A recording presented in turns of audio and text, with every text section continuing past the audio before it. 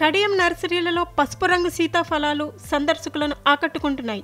కడియంకు చెందిన నర్సరీ రైతు దుర్గారావు 3 ఏళ్ల క్రిందట థాయిలాండ్ నుంచి మొక్కను తెచ్చి ఇక్కడి వాతావరణానికి అనుగుణంగా పెంచి పోషించారు.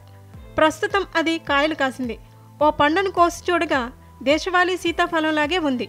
తీయతీయగా, కొంచెం పుల్లగా, వెరైటీ రుచితో నోరు ఊరిస్తోంది.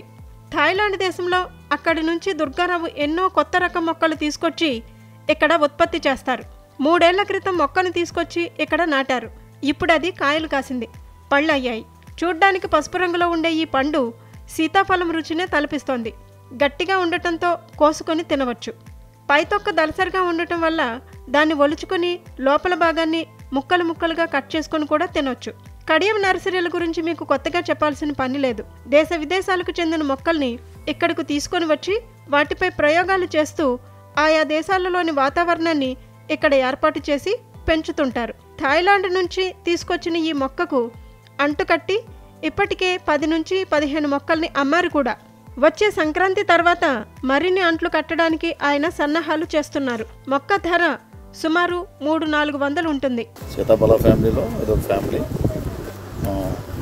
లైట్ షుగర్ ఫ్రూట్ అనమాట. అండి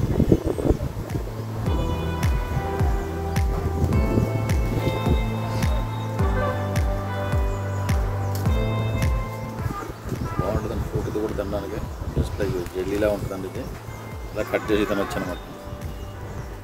మంచి రకం ఇక అలా ఉంటుందండి. స్వీట్నెస్ తక్కువ అనమాట అండి. ఉప్పు తీపి కాంబినేషన్లో ఉంది. బాగుంది, చాలా బాగుంది టేస్ట్.